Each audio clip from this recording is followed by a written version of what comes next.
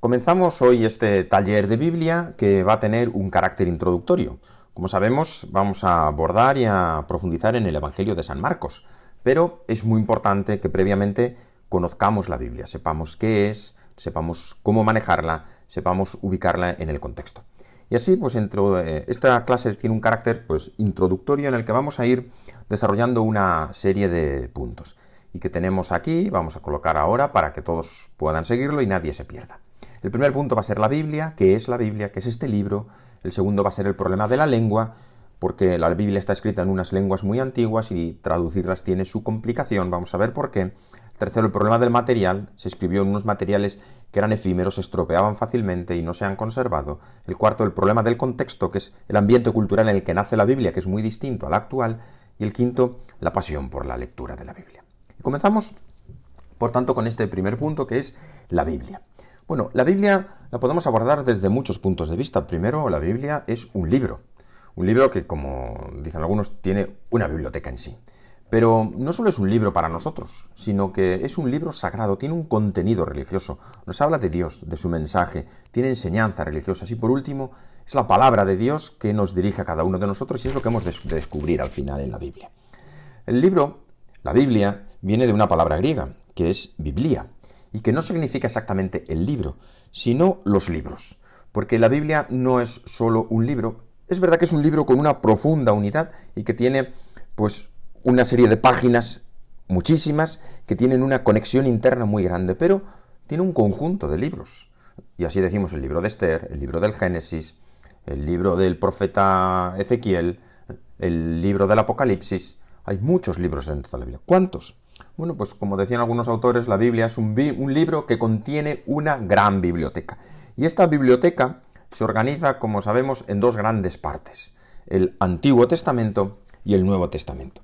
El Antiguo Testamento o Antigua Alianza está compuesto por 46 libros y el Nuevo Testamento o Nueva Alianza por 27 libros, que juntos sumados suman 43. Y ahí están colocados, como se hace con los libros, en una estantería, cada uno por tema. Y así los tenemos colocados en la Biblia, aunque el orden puede cambiar en algunas. Tenemos, siguiendo la tradición hebrea, que decían ellos, llamaban a la Biblia, solo Antiguo Testamento, porque ellos no aceptan a Jesús, la llamaban la Tanakh, que es un acrónimo. Tanakh es la Torá, la ley, Nevi'im, los profetas, Ketuvim, el resto de los escritos. Nosotros ese resto de escritos los ponemos también como libros históricos y libros poéticos y sapienciales, que no viene ahí, pero los llamamos también. Y el Nuevo Testamento, que está organizado por los Evangelios, con los Hechos de los Apóstoles, que están muy unidos, y luego las cartas. Por un lado solemos poner las cartas de San Pablo, las que escribe a las comunidades, o las que escribe solo a una persona, como Tito, Filemón, etc. Las cartas de los otros apóstoles y, por último, el Apocalipsis. A veces nos preguntamos, la Biblia, pero la Biblia protestante, la Biblia católica, ¿cuál es la Biblia? Bueno, Biblia solo hay una. Lo que se diferencia en unas Biblias de otras es que algunas Biblias no han incluido todos los libros. Las traducciones son las que hacen que las Biblias sean un poquito distintas. Y vamos a ver cómo se origina esta división en que unos cogen unos libros y otros otros. Porque la Biblia fue escrita originalmente en hebreo, arameo y alguna un poquito en griego.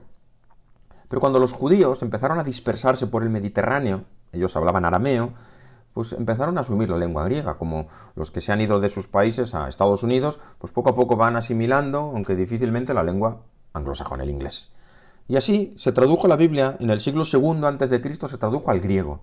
Y en esa traducción se incluyeron una serie de libros, hasta 44, que luego los hebreos no aceptaron todos, porque ellos, con una mentalidad un poquito cerrada, no aceptaban la propuesta de los griegos, que no eran griegos, sino judíos que hablaban griego.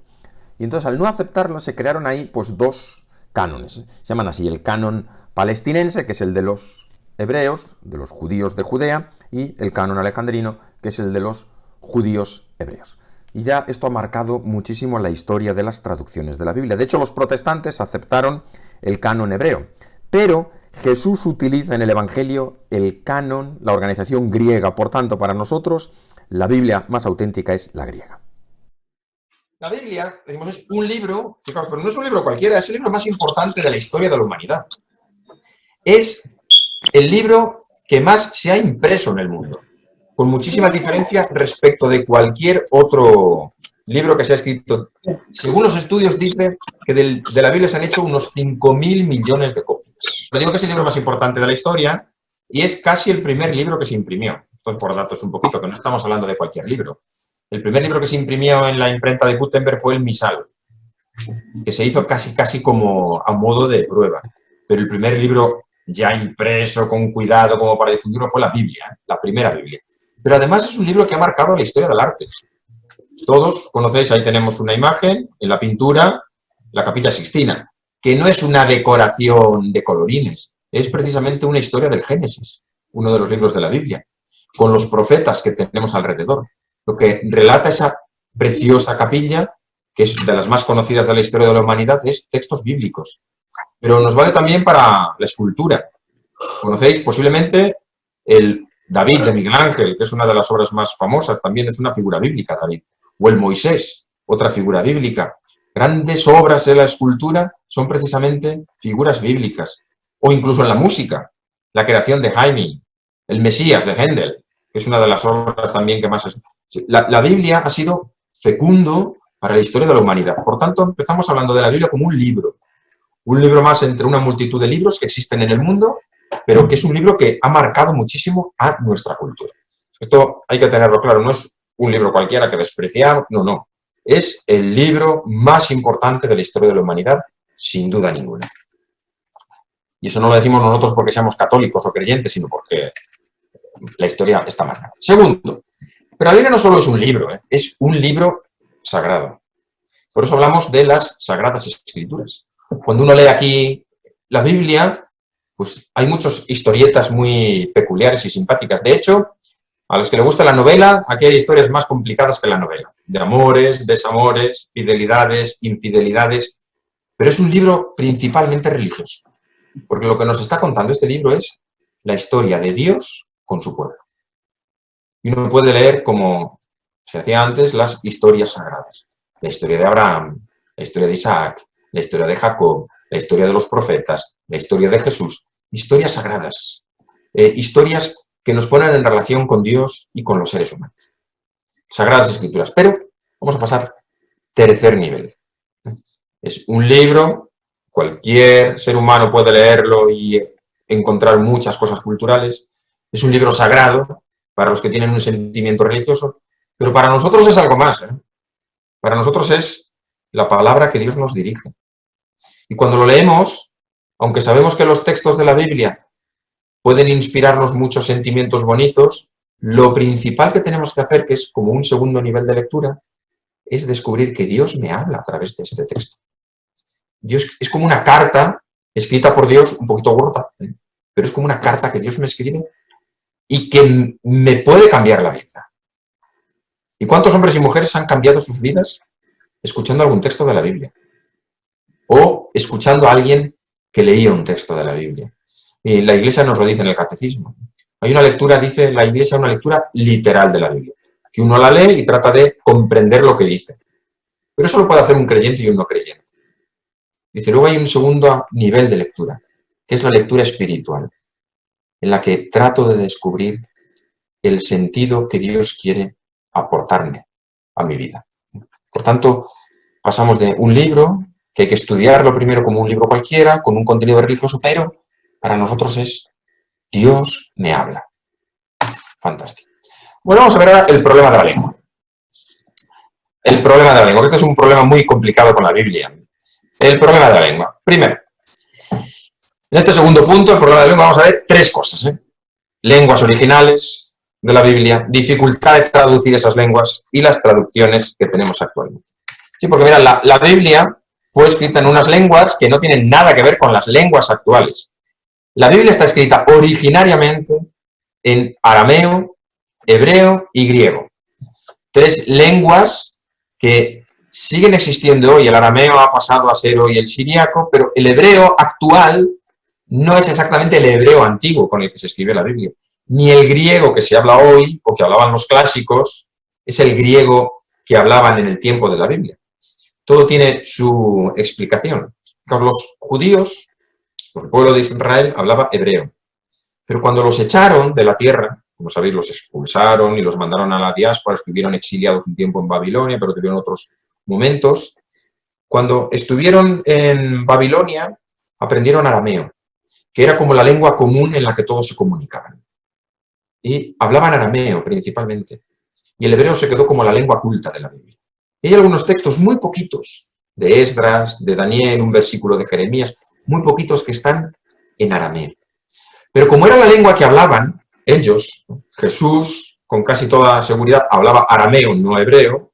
El hebreo lo entendía porque es muy parecido y porque para leer la Biblia había que saber hebreo, pero se diferenciaría, dicen, como el español y el portugués, o como, no sé cómo se llama la lengua para los dominicanos que están aquí, que todos entienden, pues como la lengua que hablan en Haití y el español de la República Dominicana. O sea, son lenguas parecidas, pero un poquito distintas.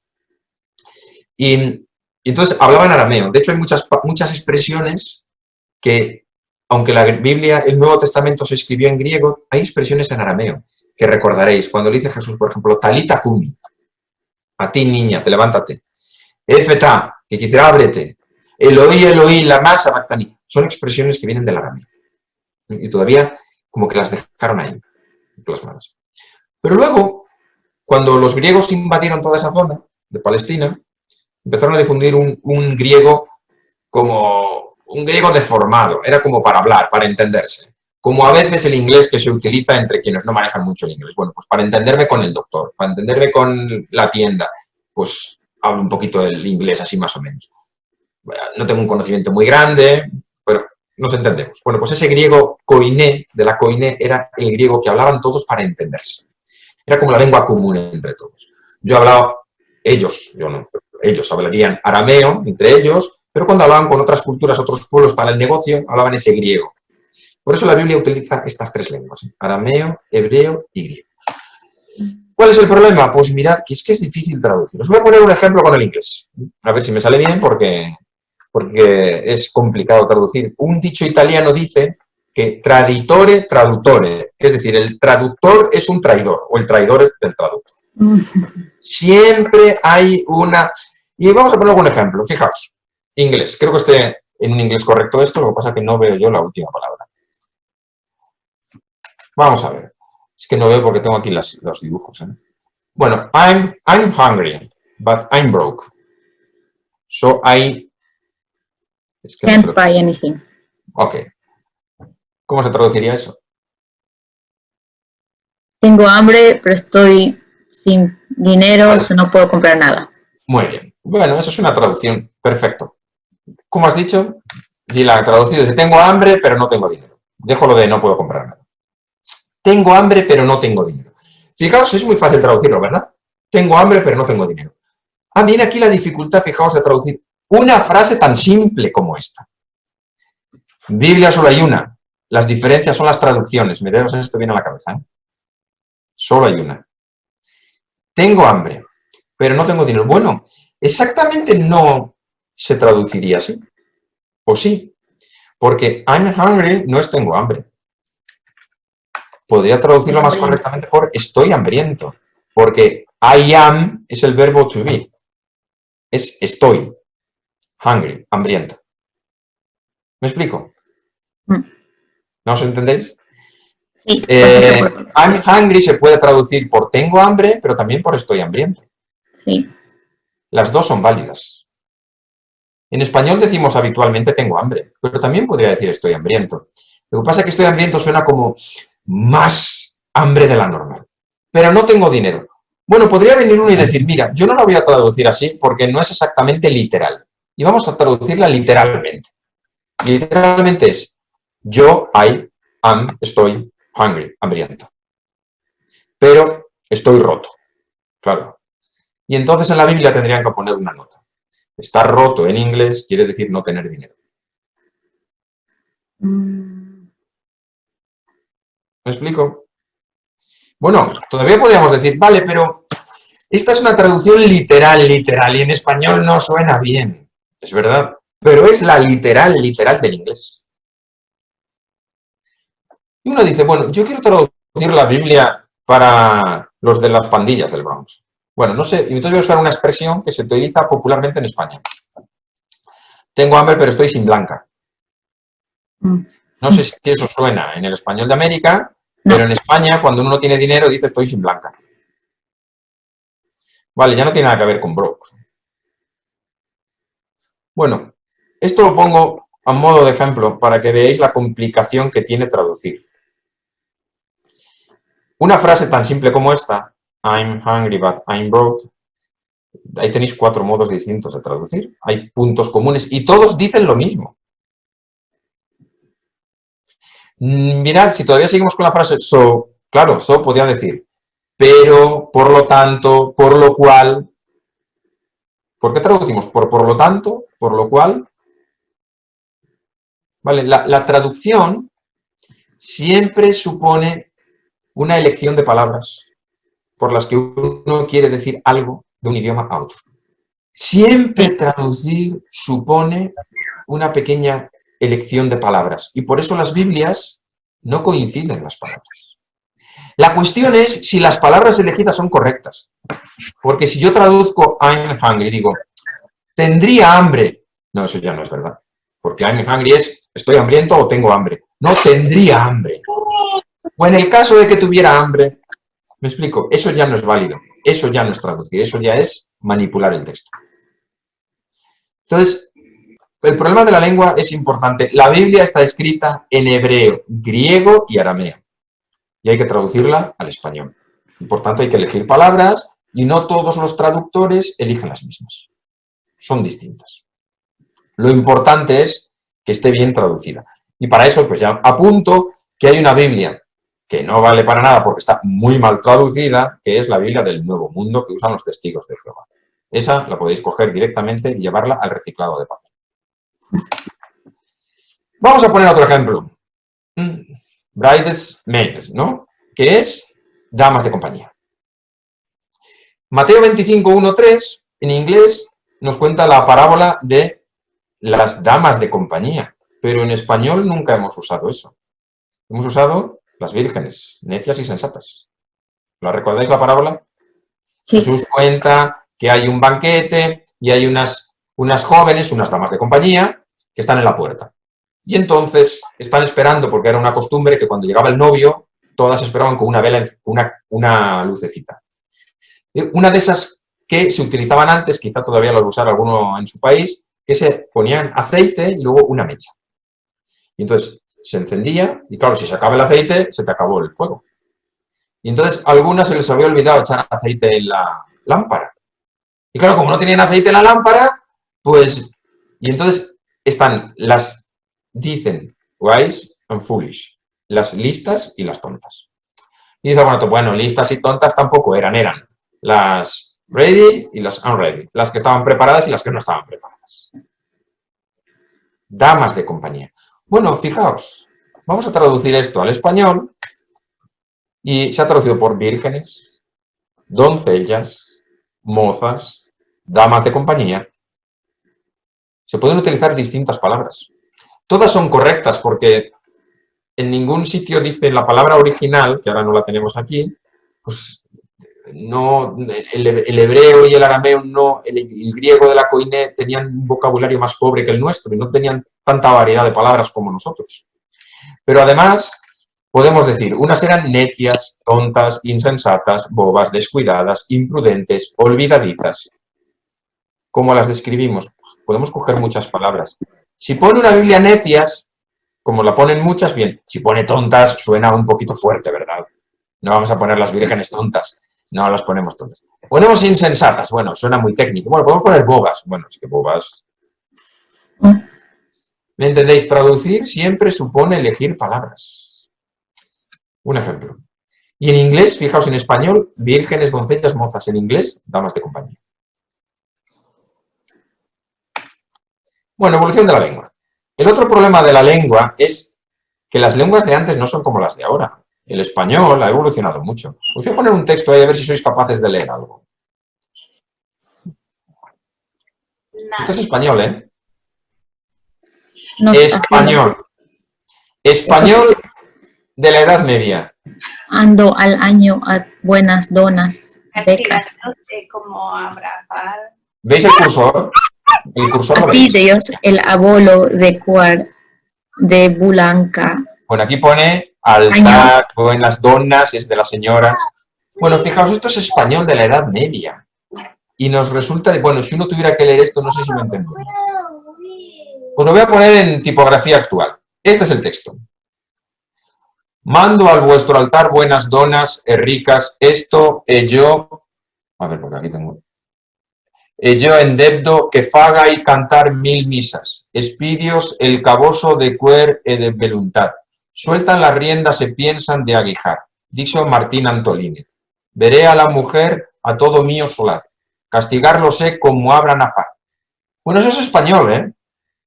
Español de España del siglo XI, XII. Y casi no se entiende. ¿Lo entendéis? No. Para nada. Pues es español. ¿Por qué os lo pongo? Pues fijaos, si es difícil traducir de una lengua a otra, imaginaos de una lengua muerta como el griego y el hebreo y el arameo bíblico al español actual. Si nos resulta difícil, este texto tiene un poquito menos, no tiene todavía, pero este tiene 1000 años, este texto. El Nuevo Testamento tiene 2000. O sea, traer un texto de hace 2000 años a hoy es difícil. Ya veis, esto es español, ¿eh? Los españoles de entonces hablaban así. Hay cosas que se entienden mejor y otras que se entienden mucho peor. Pero ese es el español de la Edad Media. La lengua cambia, evoluciona, cambian las expresiones, cambian las palabras. Y estamos hablando de griego, hebreo y arameo de hace más de 2000 años a un lenguaje actual. ¿Vale? ¿Entendéis el problema de traducir? Es un poquito complicado. Muy bien, traducciones. No obstante, hay que traducir, ¿eh? Hay que traducir. Fijaos, la primera traducción que se hizo fue del hebreo al griego, que se llama la traducción de los 70. Porque decían que la habían hecho 72 sabios, pero es una leyenda. La hicieron porque los griegos, los judíos que ya no vivían en Judea, sino que se habían ido a vivir a Alejandría, que es el norte de Egipto, a Grecia, ya no hablaban hebreo, hablaban griego, no entendían la Biblia y necesitaban traducirla. Y hay una primera traducción al griego, que se llama la Biblia de los 70. Cuando el Imperio Romano dominó todo el Mediterráneo y se hablaba latín, necesitaban traducir la Biblia al latín. Y se hizo la traducción de la Vetus Latina, que tenía un latín muy malo, un latín muy poco académico, un latín muy vulgar. Y entonces el Papa le pidió a San Jerónimo que tradujera la Biblia al latín para que la pudieran leer los que hablaban latín. Y entonces se hizo la Vulgata, en el siglo IV, que es la primera gran traducción de la Biblia entera del hebreo y griego al latín. ¿Vale? Y después empezaron a traducir a las lenguas romances. Lo de romances no quiere decir de novelas, ¿eh? Las lenguas romances son el español, el francés, el portugués, el italiano, todas las lenguas que vienen del latín. Se empezó a traducir a otras lenguas. A medida que la gente iba hablando una lengua distinta, se iba traduciendo a otra lengua. Cuando hablaban todos griego, perfecto. Pero cuando ya empezó a haber creyentes que hablaban latín, había que traducirlo al latín. Cuando se dejó de hablar latín, había que traducirlo al español. Cuando se va de Ecuador a Estados Unidos y los nietos o los hijos ya hablan inglés, pues hay que buscarla en inglés. Me explico, a medida que uno va hablando otra lengua, necesita traducir la Biblia a otras lenguas. Muy bien, y aquí están las traducciones al español, que os voy a pasar deprisa, me voy a quedar en las últimas. Mira, la primera Biblia, aunque es incompleta, fue la Biblia alfonsina, del siglo XIII, que es un español como el que hemos visto antes, que si la leemos ahora no entendíamos nada. Un español antiguo, no entenderíamos casi nada. Pero sí nos interesa ver que en el siglo XVI y a primeros del XVII se tradujo la Biblia 2 veces. La primera vez por Casiodoro de Reina, que tradujo la Biblia completa. Y en 1602, Cipriano de Valera quiso adaptar la Biblia a Ginebra con los calvinistas y quiso hacer una traducción, revisión en la que ya quitó algunos libros que no le interesaba mantener en la Biblia, y surgió así otra Biblia que es la que se ha difundido más entre los protestantes de habla española, que es la Biblia Reina Valera, que os sonará. No sé si sonará, pero es la que usan muchísimo los protestantes. La Reina Valera, aunque en unas versiones más actuales, porque esa del siglo XVI-XVII tenía un lenguaje antiguo. Estas dos Biblias, la de Reina Valera, se conocían como la Biblia del oso, por ese oso que tiene ahí comiendo miel en la portada, y la otra la Biblia del cántaro. Estas son las Biblias que más han difundido en español los protestantes. Entre los católicos hubo otras Biblias que se tradujeron, como la de Felipe II, como Torres Amat, hubo muchos que tradujeron la Biblia, pero entre los protestantes son estas las que se han difundido. Ahora tenemos Biblias. Mirad, es muy importante tener una Biblia buena, muy buena. Cuando digo buena, no es que diga, esta Biblia será católica, no. Cuando digo buena es que está bien traducida, en un lenguaje del siglo XXI, que uno pueda leerla y se entere. Porque hay algunas Biblias que se tradujeron ya hace 100 años y el lenguaje también ha cambiado en 100 años. Y uno la lee y dice, ¡ay, qué pesada es esta Biblia! Yo no entiendo nada. Bueno, busca una traducción moderna, con lenguaje del siglo XXI. Aquí hay una Biblia. Yo no le recomiendo esta ya. Esta la utilizan mucho, está muy bien, es una Biblia que está muy bien traducida, tiene una ventaja que tiene muchas explicaciones y notas en los márgenes. Esta la usan mucho en las comunidades neocatecumenales. La Biblia de Jerusalén, tienen ahí la edición en español y la edición en español de América, latinoamericana. La Biblia de Jerusalén es una Biblia fantástica, es una Biblia católica, de un equipo de traductores franceses, que luego se tradujo al español, y está muy bien, pero es muy buena para el trabajo de buscar y trabajar como estudiar la Biblia, pero el lenguaje no sé si es el mejor. Aquí una también que se ha hecho muy popular, que es la Biblia de Navarra, la han hecho estudiosos de la Universidad de Navarra que empezaron haciendo una Biblia que venía en una página en latín y en otra en español. Era bilingüe. Y la tradujeron de los textos originales. Se ha hecho muy popular en Estados Unidos, sé que se utiliza mucho la Biblia de Navarra, incluso traducida al inglés. Aquí hay una Biblia que la hizo un grupo de especialistas españoles, muy bueno, que se llama la Biblia de la Casa de la Biblia, católicos. Hicieron una Biblia muy bien, fantástica, que yo la he utilizado durante bastante tiempo. Y hicieron una versión, esa Biblia de la Casa de la Biblia, hicieron una versión para América, que es se llamaba así, la Biblia de América. Pero se estaba produciendo un grave problema. Bueno, esta es la Cantera Iglesias, que es la Biblia traducida más literal. Si uno quiere saber exactamente qué decían los textos originales, esta es la Biblia más literal, pero a veces es dura de leer. Es como lo de antes. Es como traducir, yo estoy hambriento. En español no decimos yo estoy hambriento. Sería como la literal, la que coge el texto original y lo traduce tal cual, aunque en español suene feo. Pero es la Biblia literal. ¿Qué estaba pasando con tantas Biblias? Pues mirad, cuando todos usábamos la Biblia en latín, todos aprendían, bueno, yo no la usaba, aprendían entonces textos en latín. Pero en el momento en que se pasó a las lenguas español, inglés, francés, claro, en español, como cada editorial traducía la Biblia con unas expresiones distintas, nunca coincidían. Uno iba a misa y oía una traducción. Llegaba a casa, leía la Biblia y leía otra traducción. Leía el catecismo y en el catecismo venía otra traducción. Y eso dificultaba aprender versículos de memoria.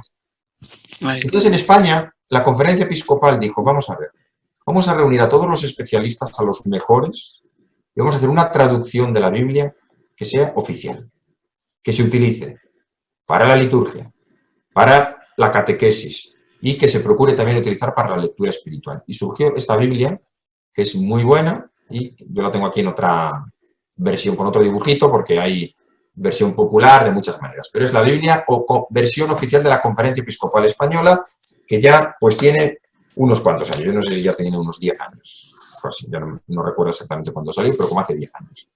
Y ahora mismo, todos los libros en la misa utilizan esta misma versión y todos utilizamos la misma versión de la Biblia, que está muy bien. Pero claro, este es español de España.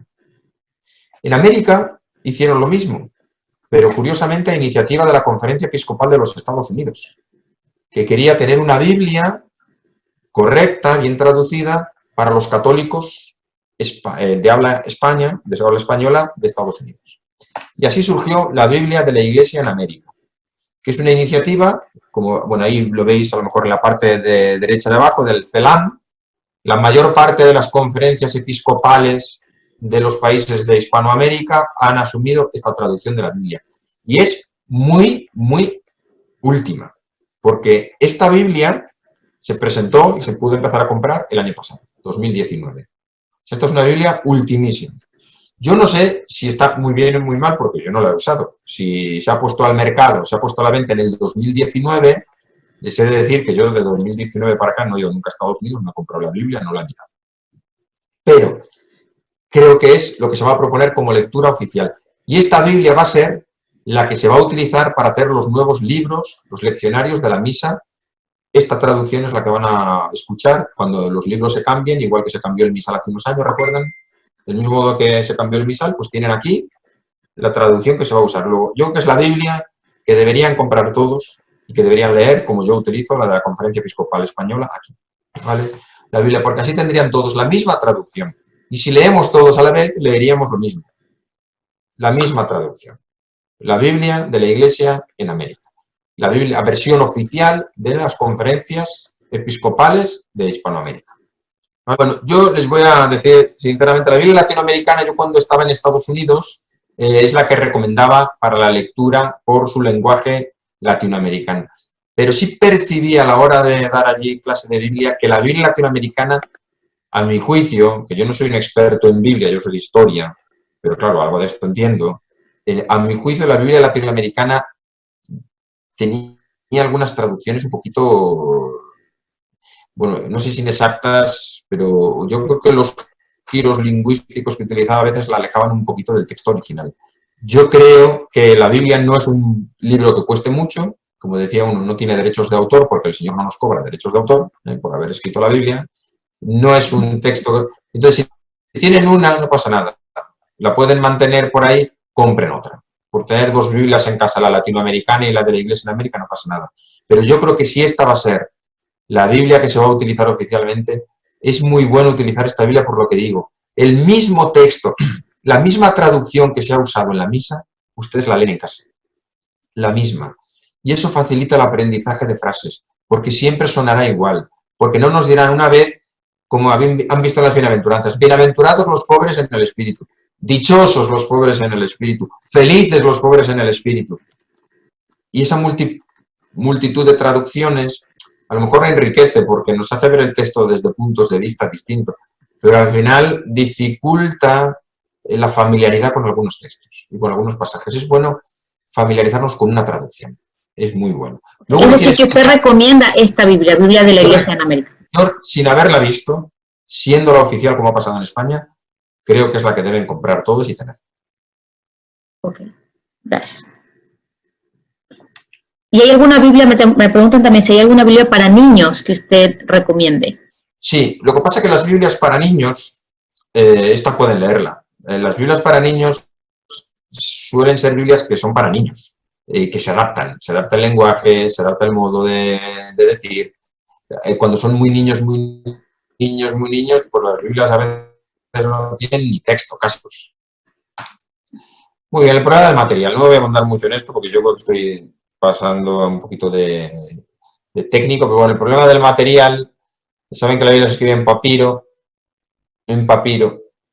¿Qué es el papiro? Bueno, pues el papiro es esto, el papiro.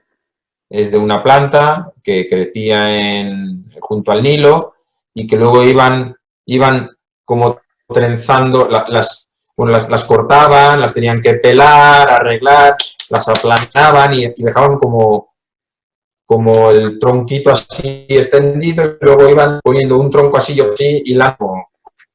Claro, ¿qué pasa con el papiro? Bueno, pues esto es muy frágil. Con la humedad, el paso de los años, pues desaparece, es un vegetal, desaparece, o sea, se estropea. Con lo cual no se conservaba. ¿Y qué tenían que hacer? Pues copiar, para eso había los copistas, copiaban la Biblia una y otra vez, para que así los papiros viejos se tiraban o lo que fuera y los nuevos pues iban reemplazando.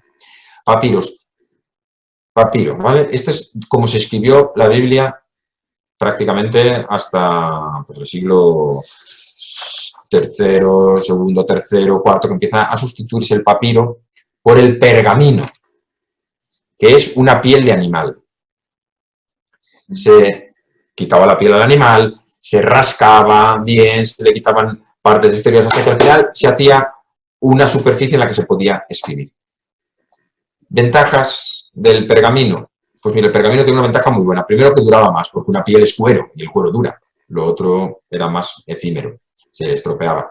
Pero además el pergamino permitía que un libro se podía luego rascar y escribir encima.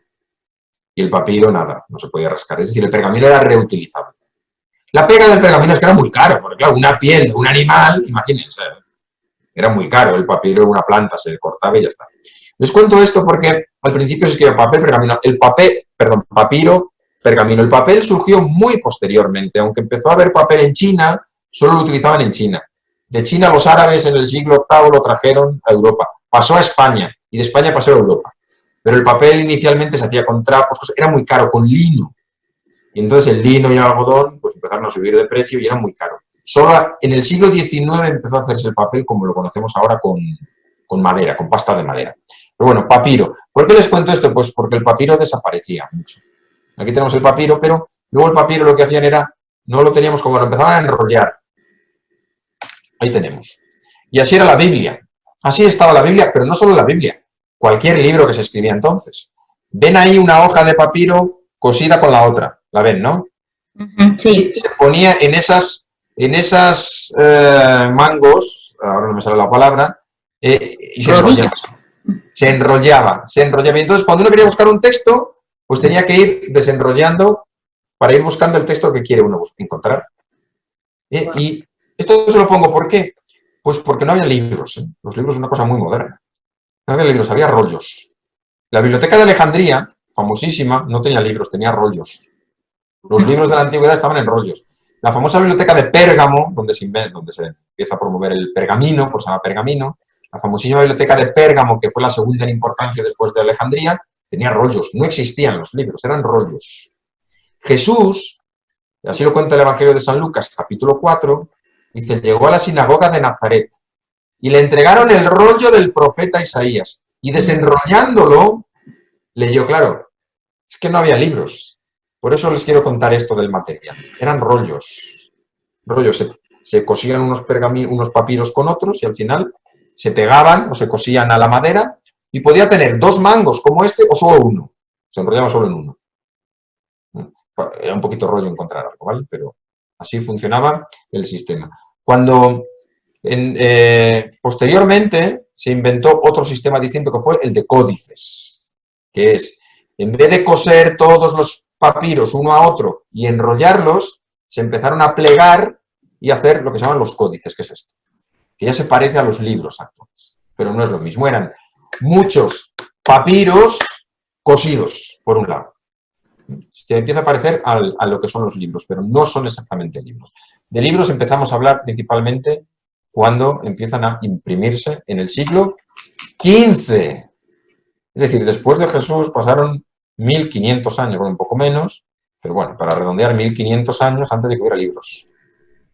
Había rollos y códices.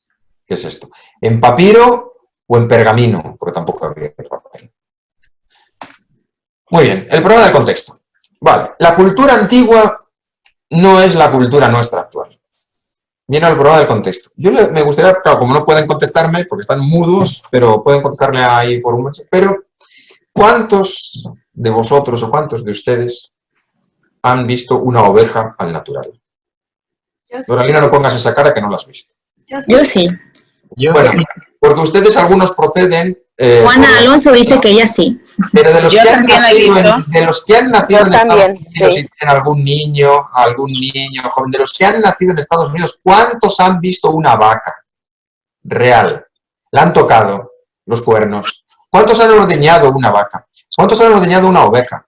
¿Cuántos han corrido detrás de una gallina? ¿Cuántos han cogido los huevos que pone la gallina? ¿Cuántos? Aquí hay muchos que me están diciendo yo sí, yo, o sea que...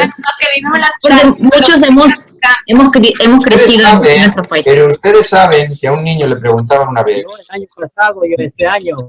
Le preguntaban a un niño una vez, ¿de dónde viene la leche? Dice, de la nevera. Ahí, la cultura actual, en muchos casos urbana, vive muy lejos de la cultura de la Biblia.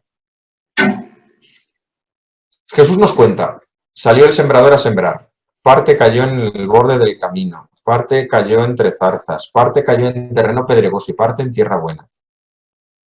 Muchas personas hoy no han visto nunca sembrar como se sembraba entonces. A lo más, algunos han visto sembrar con un tractor o con una máquina. Pero sembrar con un morral o cogiendo la semilla y esparciéndola con la mano, posiblemente nunca lo han visto. Ni en la televisión. La cultura de Jesús difiere Bueno, en mucho mi país sí. del contexto. Bueno, muchos, digo muchos, algunos lo habrán visto, pero muchos no. Digo el sembrar, pero Jesús habla, yo soy el buen pastor. Las ovejas me conocen, yo las conozco a ellas, oyen mi voz. ¿Cuántos han visto un pastor cuidando ovejas en el campo? ¿Cómo va el pastor caminando por delante de las ovejas? Cuando Jesús ponía estas comparaciones, era lo que veía él cuando iba caminando por Galilea. Y veía allí que estaban unas mujeres haciendo la masa de la harina. Y decía, una mujer, en la levadura, o sea, vosotros sois como la levadura, porque veía unas mujeres que estarían masando el pan. Jesús caminaba por Galilea y veía a un señor que estaba sembrando. Y entonces le decía, la semilla, la buena semilla y la cizaña, que viene el maligno por la noche. Es decir, les hablaba de cosas de su cultura. Y la cultura ha cambiado. Entonces necesitamos no cambiar la Biblia, porque esta es la Biblia, es la palabra de Dios. Pero sí necesitamos a veces que la Biblia tenga explicaciones debajo, que nos diga, la leche no sale del refrigerador, la leche sale de un animal que se llama vaca y que tienes que apretarle las ubres para que salga la leche. Porque ya habrá gente que no sabrá ni eso. Piensa que sale todo de la fábrica. Y entonces la Biblia necesitamos en muchas cosas que nos explique qué pasaba entonces que hoy ya no pasa. No pasa. Y por eso vienen ahí las aclaraciones y las notas. Hay un cambio cultural muy grande. Lo ha habido siempre, porque Grecia y Roma no son ni España ni América de hace 50 años. Pero en estos últimos 30 años ha habido unos cambios abismales. Claro que hemos perdido el contacto inmediato con la agricultura, la ganadería, la naturaleza, que era el contacto inmediato que tenía Jesús. Jesús estaba allí entre trabajadores, de pescadores. Bueno, otro ejemplo de los pescadores. Estaban repasando las redes junto al lago. Pues yo no sé si ustedes han estado allí en un puerto de mar y han visto cómo llegan los pescadores por la tarde, cómo se subasta el pescado, pero muchos de los más jóvenes también eso les suena, pues no sé, a Heidi y los cuentecitos del... no sé. ¿Me explico? La cultura ha cambiado mucho y necesitamos aclaraciones y notas en la Biblia. Y es muy importante, esas aclaraciones y notas no vienen en el texto original, pero necesitamos traer el ambiente cultural del siglo I a hoy. Al 2020. Que nos expliquen cositas, ¿no? Cómo se vestían, cómo caminaban, cómo eran las casas, cómo cultivaban la tierra, etc. Y por último, los géneros literarios, que también tenemos que tener mucho cuidado, porque en la Biblia hay libros que son históricos, nos cuentan historias, pero no nos cuentan historias como hoy se cuenta una historia, nos cuentan historias de una manera determinada, ¿no? Que se nos trata de una narración del pasado en el que a veces la precisión no le importaba al que escribía. Si yo cuento cómo era mi abuelo, pues os cuento 4 cosas de mi abuelo, pero tampoco me voy a precisar si el día que se casó era este o era el otro, porque da igual, si tengo que contaros quién era mi abuelo, da igual que se casara, por cierto, se casó hoy, hace no sé cuántos años, tal día como hoy. Da igual que se casara hoy, que mañana, que pasado.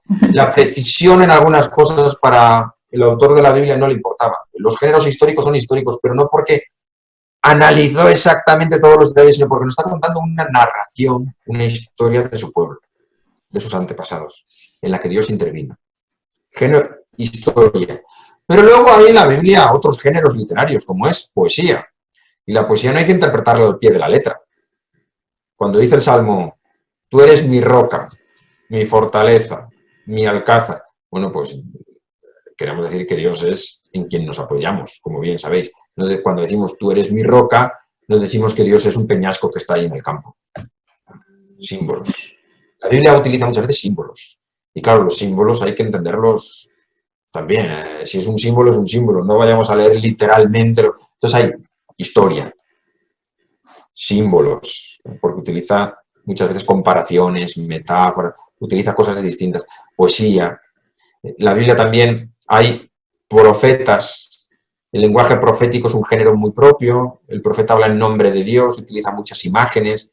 son imágenes para intentar explicar algo, pero tampoco hay que tomarlas literalmente. Cuando dice el profeta, el Señor me transportó a un valle lleno de huesos, eso lo está viendo él en su mente, no es que vuele por el cielo como Superman. Y el género profético es una visión interior que tiene el profeta. Hay que entenderlo, y hay que tener un poquito de cuidado, porque en esto los protestantes son muy dados, en ocasiones, sobre todo algunos grupos, no voy a poner ejemplos, a hacer una lectura fundamentalista de la Biblia, es decir, a interpretarlo todo literalmente. Y ojo, hay textos que son históricos, pero hay otros que no lo son. Y hay que saber muy bien cuándo estamos con un texto u otro, porque si interpretamos literalmente algunas cosas, podemos terminar diciendo muchas bobadas. Entonces la Biblia también hay que tener un poquito de entenderla, entender. Y por último, bueno, tiene muchos problemas, ven el problema de la lengua, el problema del material en que se escribió, el problema del contexto para entenderlo, pero lo que hay que tener sobre todo es una gran pasión por su lectura, porque la Biblia es, como el libro decía al principio, que más ha influido con muchísima diferencia en la historia de la humanidad, en la historia del arte, en la cultura, en la música, en las conductas humanas. Ha llegado a todos los rincones de la tierra. Y eso nos tiene que llevar a una gran pasión por conocer el libro principal de nuestra historia. Pero la pasión no es tanto por conocer el libro, sino por descubrir a Dios que nos habla a través de este libro.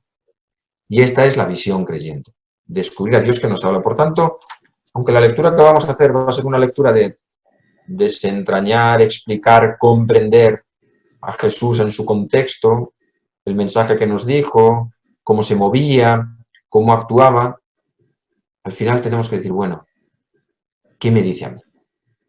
Y esto es lo que tiene que dar una gran pasión por la lectura. Por tanto, vamos a dedicar, después de esa introducción hoy ha sido un poquito más teórica, espero que no les haya cansado con tanta explicación, ha sido un poquito teórica, más elevada, a lo mejor he dado mucha información y muchos datos condensados, quizá alguno a lo mejor se queda un poquito atascado, pero hoy ha sido un poquito... Vamos a hacer la lectura del Evangelio de San Marcos, porque el Evangelio de San Marcos es el más breve, tiene 16 capítulos solo, es el más, yo creo, más ligero de leer, muy entrañable en algunas cosas, y nos presenta la figura de Jesús y creo que es el mejor modo de empezar a leer la Biblia. Entonces, vamos a leer el Evangelio de San Marcos. Pero el próximo viernes voy a introducir a los Evangelios. Hoy hemos hecho una visión de la Biblia, pero los Evangelios, ¿qué son? Y el Evangelio de San Marcos, para empezar a leer el siguiente viernes. Entonces, leeremos, dicen, vamos a leer, no vamos a estar una hora leyendo. Vamos a ir leyendo un parrafito y explicarlo. Otro parrafito y explicarlo. Otro parrafito y explicarlo. Para profundizar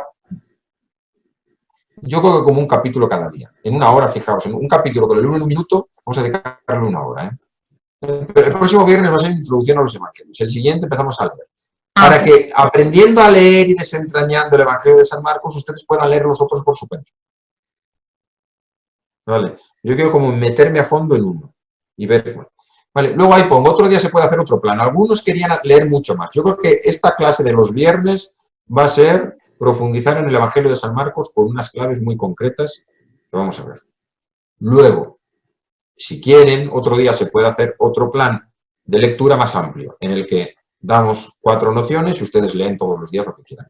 Pero eso sería concretarlo para otro día. El de los viernes vamos a ir leyendo el Evangelio de San Marcos a fondo. Muy bien, y con esto hoy un bizcocho. Yo he terminado, como ha sido, como digo, un poquito teórico. Si quieren preguntar alguna cosa, pueden preguntar ahora con un poquito de orden, si tienen ahí preguntas ahí puestas.